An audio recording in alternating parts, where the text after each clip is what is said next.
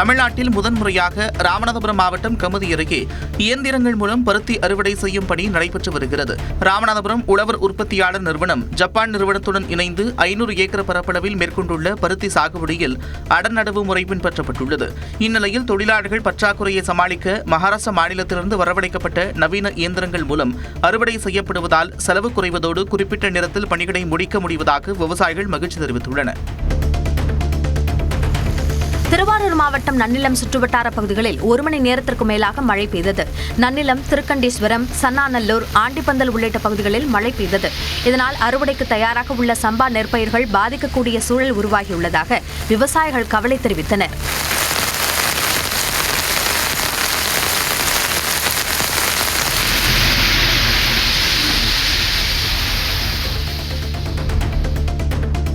தமிழக கடலோர பகுதிகளில் நிலவும் வளிமண்டல கீழடுக்கு சுழற்சி காரணமாக நாகை மாவட்டத்தின் பல்வேறு பகுதிகளில் கனமழை பெய்தது. நாகூர், புத்தூர், திருமருகல், திருக்குவளை உள்ளிட்ட சுற்றுவட்டார பகுதிகளில் மழையால் வெப்பம் தணிந்து குளிர்ச்சியான சூழல் நிலவியது. அரியலூர் மாவட்டத்தின் பல்வேறு பகுதிகளில் சாரல் மழை பெய்தது. செந்துறை, ராயபுரம் உள்ளிட்ட பல்வேறு பகுதிகளில் மழை பெய்த நிலையில் பெரும்பாலான பகுதிகளில் வானம் மேகமூட்டத்துடன் காணப்பட்டது. திண்டுக்கல் மாவட்டம் நத்தம் மாரியம்மன் கோவில் மாசி திருவிழாவில் பூக்குடி இறங்கும் நிகழ்ச்சி நடைபெற்றது. 60 அடி உயர கழுகு மரத்தில் இளைஞர்கள் ஏறி வேப்பிலை பறித்து வீசியதைத் தொடர்ந்து விரதமிருந்த 50,000த்திற்கும் மேற்பட்ட பக்தர்கள் பூக்குடி இறங்கி வேண்டுதல்களை நிறைவேற்றினர்.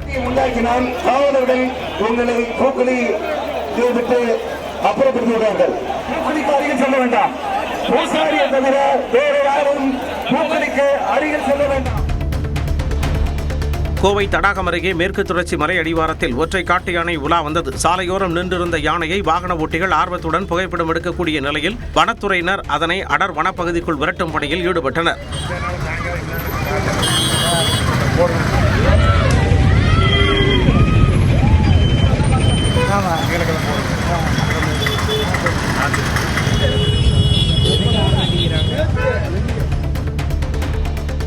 சிதம்பரம் அருகே கண்ணங்குடி கிராமத்தில் பாசிமுத்தன் ஓடையை கடக்க மேம்பாலம் இல்லாததால் பொதுமக்கள் உயிருக்கு அஞ்சும் நிலை ஏற்பட்டுள்ளது. விவசாய நிலங்களுக்கு செல்ல முதலைகள் நிறைந்த வாய்க்காலில் பிளாஸ்டிக் மிதவைகள் மூலம் ஆபத்தான முறையில் மக்கள் பயணம் செய்யும் வீடியோ வெளியாகியுள்ளது.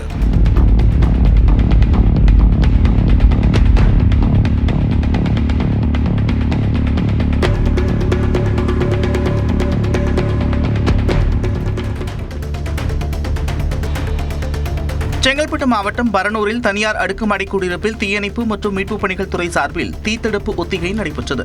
100க்கும் மேற்பட்ட தீயணைப்பு வீரர்கள், 30க்கும் மேற்பட்ட அதிவிரைவு மீட்புப் படையினர் மீட்பு செயல் விளக்கங்களை அளித்தனர்.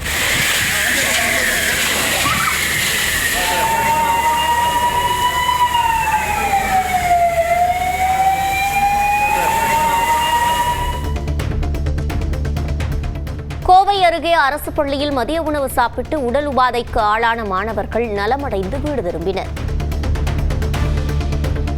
கோவை கவுண்டம்பாளையம் அரசு நடுநிலைப் பள்ளியில் மதிய உணவில் பள்ளி விழுந்ததால் உணவருந்திய 44 மாணவ மாணவிகளுக்கு உடல்நலக்குறைவு ஏற்பட்டது. உடனடியாக அவர்கள் கோவை அரசு மருத்துவமனையில் அனுமதிக்கப்பட்டு சிகிச்சை அளிக்கப்பட்டது. இச்சம்பவத்தை அடுத்து ஆத்திரமடைந்த பெற்றோர் பள்ளியை முற்றுகையிட்டதால் பரபரப்பு நிலவியது. இந்நிலையில் உணவில் பள்ளி விழுந்தது தெரிய வந்தவுடன் மாணவர்களுக்கு வழங்கப்பட்ட உணவு உடனடியாக திரும்ப பெறப்பட்டதாகவும் இதுகுறித்து விசாரணை நடத்த உத்தரவிடப்பட்டிருப்பதாகவும் மாநகராட்சி ஆணையாளர் சிவகுரு பிரபாகரன் கூறினார்.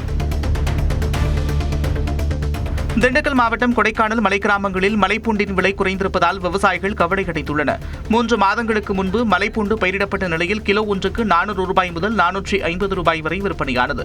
தற்போது விளைச்சல் அதிகரிப்பால் 1 கிலோ மலைப்பூண்டு 250 ரூபாய் முதல் 300 ரூபாய் வரை விற்பனையாவதால் விவசாயிகள் பெரிதும் கவலை அடைந்துள்ளனர். கொடைக்கானலில் மலைப்பூண்டு சந்தை அமைக்கவும், சேமிப்பு கிடங்கு அமைக்கவும், மலைப்பூண்டிற்கு நிரந்தர விலை நிர்ணயம் செய்து தரவும் மலை கிராம விவசாயிகள் கோரிக்கை விடுத்துள்ளனர். சட்டமன்ற தேர்தலை முன்னிட்டு ராணிப்பேட்டையில் மாவட்ட காவல் கண்காணிப்பாளர் தலைமையில் மத்திய பாதுகாப்பு படை வீரர்கள் காவல்துறையின் அணிவகுப்பு ஊர்வலம் நடைபெற்றது.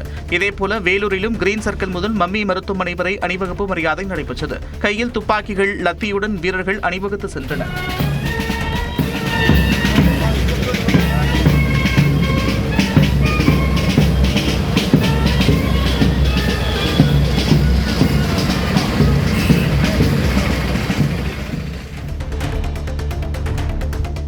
கோவை மாவட்டம் மேட்டுப்பாளையம் அருகே கழிவுநீர் கலப்பதால் பவானி ஆறு மாசடைந்திருப்பதாக புகார் எழுந்துள்ளது.